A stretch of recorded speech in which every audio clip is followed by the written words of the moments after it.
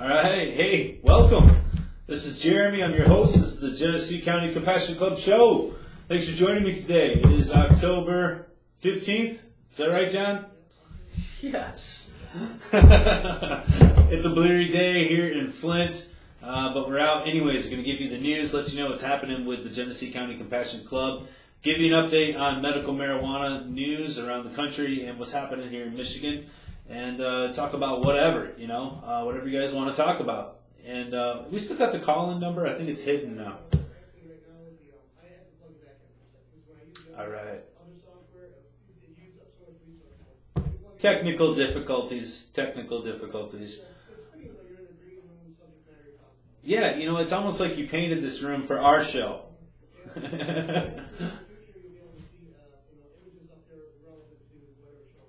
Right on. I'm talking to John, the producer, the man behind the scene here at All Points TV. And yeah, we're getting the green screen set up, and right now we're just enjoying the green, as we like to do. So you guys at the club, tune in, enjoy your green, and I'll get you updated on what's going to be happening. I'm going to be bringing you some events here. Our first one is this weekend, October 18th, Saturday. It is the annual G3C Chili Cook-Off. So you guys get ready, get home, get your beans soaking. If you're using beans, that would be for the non-traditional, of course. And for the traditional chili cookers, get your chili peppers out, get that meat out, get it seasoned, marinated, whatever it is you do, and bring that chili down on Saturday because we're having our chili cook-off. We've got prizes and awards to be given out. And you guys who are not cooking chili and just chill in, you guys can be participants as judges. And it's a great time. We always have a blast every year doing this. It's awesome. We got some amazing cooks in the club, and I'm looking forward to seeing what's going to be on the table there. But like I said, we've got traditional class, which is just meat and peppers. And actually, if you know, there's a little bit of tidbit of knowledge on chili. Chili is short for chili con queso. I'm totally, that's not chili con carne. Thank you. Yeah, chili con carne. That's right. It means peppers with meat. Yeah. And that's where the traditional comes from. Ah, right. Well, we're just having chili. All right. So, yeah, a little chili con carne means peppers with meat. That's where it comes from. And that's where we get the traditional from. I always, being just a typical redneck American, thought that chili always had beans in it until I was enlightened to the fact that no, actually with beans is more of an American thing. That's non-traditional. So despite the way you make it, you can enter in either class. It's going to be awesome. Guys, bring in your chili, traditional, non-traditional, whatever. And we're going to tear it up. So that's this Saturday, and boy, we're looking forward to it. Other event we got coming up here, I wanted to mention October 25th. It's our Humane Society Volunteer Day. It's called the Doggy Trick or Treat.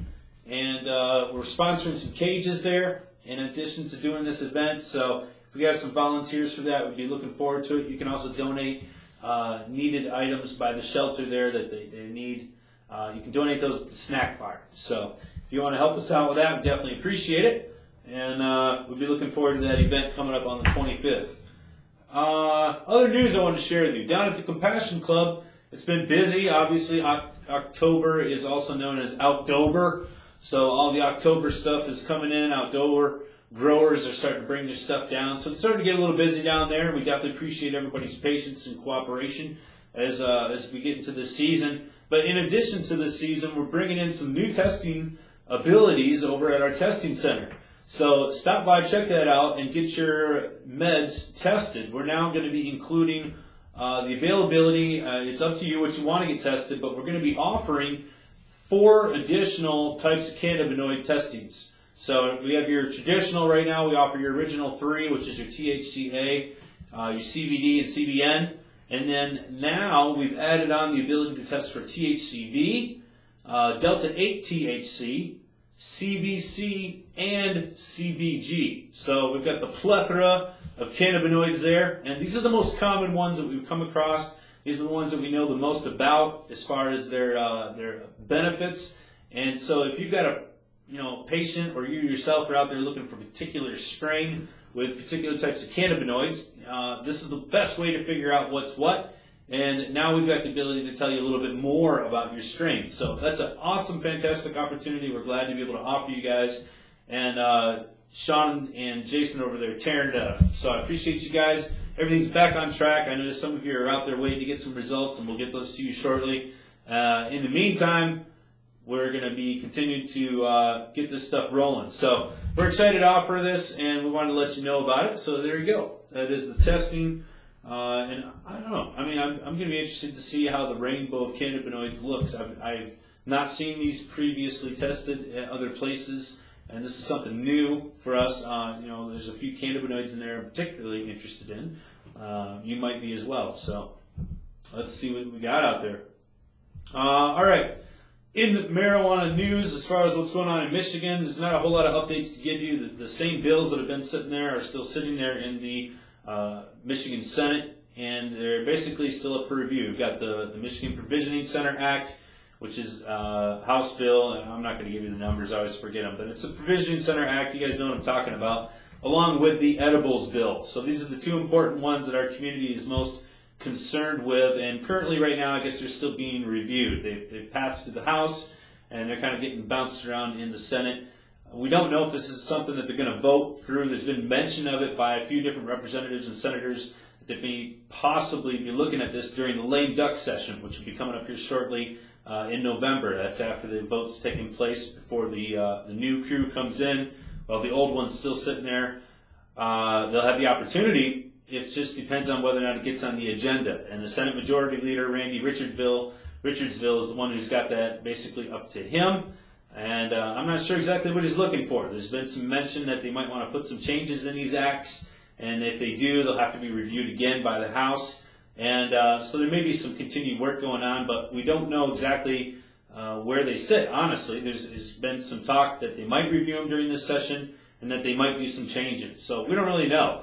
The best time right now for you to give your input, it is right now. You give your input before the elections while they're still wanting to take some feedback, and then hopefully they can take some of that and put it in action during the lame duck session. We'll have to see how this goes. It definitely could use some additional clarifications out there as they continue to have additional issues with medical marijuana in various counties across Michigan. Of course, counties that have taken more cooperative approach have seen probably the best in action, if you will, of the program. And I think that really the best overall approach is having the local authorities be able to make the decisions along with the local population. Local control, I think, reflects local interest best on most issues, and I think this is one of them where that is the case as well. So we have to see how this is going to go. There's still time for you to put your input. If you want to get a hold of your local representative, state representative, or state senator, you can do so. You know how to do so. Get on their website, email them, phone call, whatever. It only takes a few minutes, and let them know how you feel. There's basically, like I said, the two acts there that everybody's fully aware of. It's not like you're going to be calling about something that they don't know what you're talking about. And now's the time to do it. So get out there and do that.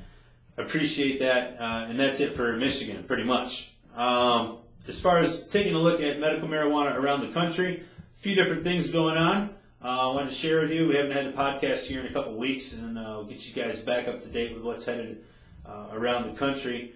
Pull up this up here. I know that Florida's got their stuff on the ballot. That's one of the things they're saying here in recent polls. This is from TokeTheTown.com. You guys can check this out. That the medical marijuana amendment may be in danger of failing according to recent polls. So I'll read this to you here. This is obviously a lot of people around here have family in Florida or friends, whatever. Maybe you want to visit there sometime. We've all heard about Florida having a problem with their pill farms, if you will. So there may be some little bit of hesitation. It says the poll comes from Gravis Marketing. It found that 55% of Floridians plan to vote for the amendment. Here in Michigan, our amendment passed with 63%. So to give you a comparison there, it said here 39% plan to vote no and 7% remain undecided. So and that's considerably down from a previous poll that was given where it had 64% approval of the amendment. So according to this poll, support may be waning for Florida. Polls can be fickle. Always sort of depends how they pose these questions. A lot of times people are thrown off by the way they describe things. So we don't know how the accuracy necessarily, but at any rate, it'll remain to be seen here, and only got a couple weeks left before the elections come up, and it'll be interesting to get those results. So we'll keep you guys tuned, along with, of course, all the other states out there that have different proposals. I know a lot of folks are also interested in Alaska and Oregon, which both have proposals on the ballot there for their voters to bring out recreational cannabis in addition to their medical programs. So that'll be big news here in the future. Let's see, there was some other news I wanted to share with you. There was some feedback here on the Colorado program.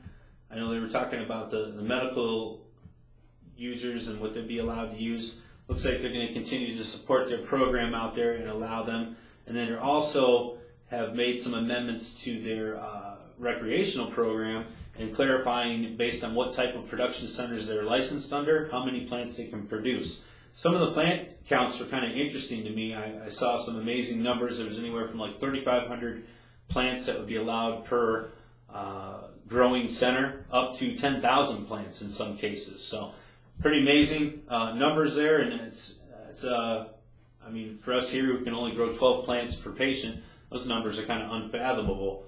But some big growing out there for the recreational scene in Colorado. Certainly a lot of growth, a lot of business opportunity. You can imagine the amount of work and resources that it takes to take care of a garden of that size. So look at the economic impact that Michigan has already had since the inception of its medical program here in Michigan. If we were to expand that and move on into a recreational type, for that purposes, I think economically we would see that much more of an increase as well. So I think it could be a positive, and it continues to be a positive thing out in Colorado as far as the tax revenue that's being generated and also the feedback that's coming from the program. So it's pretty good stuff. I think all in all, as it continues to go, then hopefully that'll be a positive thing for Michigan here in the future.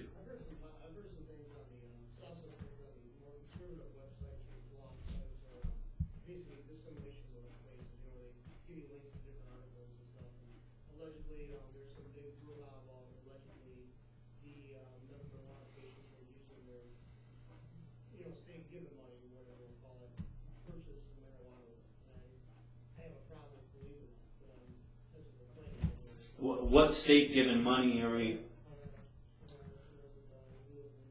So maybe like using a bridge card or something like that to purchase their medical marijuana?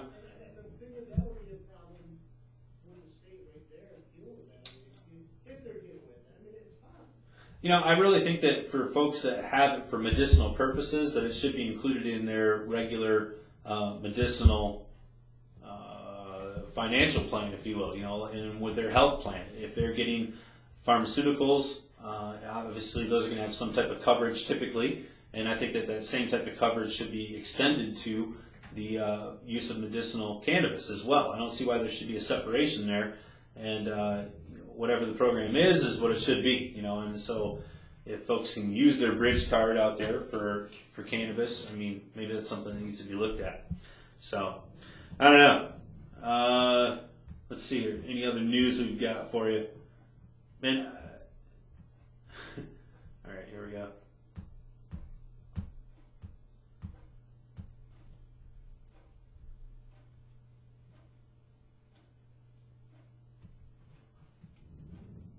Apologize, I got a little delay on my internet. All right, this is something I wanted to take up because it's something you run across. In Colorado, there was a recent lawsuit that was going on, and this was a pretty big deal. It was from the manufacturer of Reese's, had gone after a smaller company in Colorado called Tincture Bell, and they were responsible for producing edibles, but they had packaged them in very similar looking candy labels like Reese's, Almond Joy, so on and so forth. And this resulted in a lawsuit from Reese's going after them and saying that you had to knock that off. So that's something to be aware of when you're packaging your edibles that you want to stay away from, and not just the the lettering and the labeling and so forth, but even right down to the color scheme and so on. So if you've got a chocolate mint patty, you might not want to package it in an aluminum foil looking type of thing with red and blue writing on it, Right. So it goes without saying there. And you think those big guys aren't watching? Yeah, they are. They're going to protect their copyrights, so on and so forth. So stay away from that. Also, it's a good idea to keep that away from that realm so that it doesn't get confused as candy by youngsters, so on and so forth. So especially coming into the Halloween season. So, all right, that's about it for that. See if I've got any science news. There was a medical report released that came out. It said that cannabis may help influence or help absorb.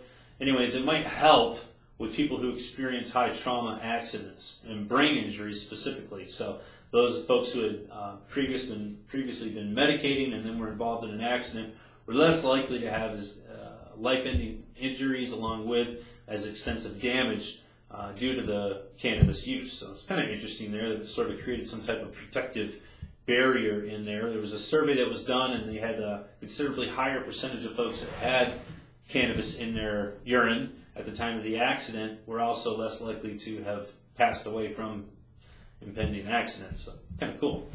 All right, I got one more thing here I want to share with you. This is a list of high CBD strains. So Charlotte's Web, the first one on the list, is being listed as a potential of 20% CBD. That's pretty amazing, 20%. Another one here that's listed out, I'm going to have a problem pronouncing this one, Avidekel. It's Avidekel. It's 15 to 16% CBD. This is that's one I haven't heard of before. That's pretty cool. And they're both strains that have been reported, like I said, with high CBD amounts. I've also heard of a few others out there. Catatonic is one of the ones, and green crack as well. And a lot of folks out there really are focusing on this with the recent information that's been available, made in the news. These are definitely medicinal type strains a lot of folks are seeking now. And I think one of the biggest things is you have to have it tested first to be able to know. So, for instance, if you come across some Charlotte's Web or something like that, and it hasn't been tested, you might not want to just take that for granted that it's going to have a higher CBD. It should, but without knowing for sure, you're just taking a gamble. So in some cases, they may not have the results that you're looking for. But if it is one of these types of strains, hopefully it will carry the characteristics of having a higher CBD nature. So, but yeah, Avidekel. Haven't heard of that one before. That's a new one. I think most of you folks have heard of Charlotte's Web and the others I mentioned, like green crack and catatonic. If there's any others out there, I'd like to know about them. You guys call in, let me know about it, share the information on the web and on the show here. So, all right, that's about it what I have for you this week. I'm glad to be back in the studio with the new green wall. I love it. I think it's appropriate for the show. John, you got the studio looking good in here, man.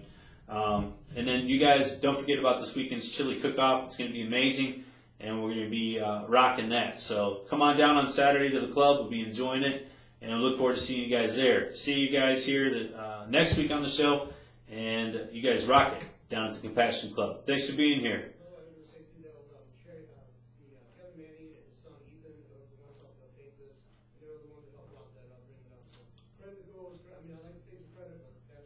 Right on. So Kevin and Ethan, right? Give a shout out to the Mannings. Definitely appreciate you guys and what you're doing here at the studio. So All Points TV, you guys rock it, and thanks for being here on the Genesee County Compassion Club show.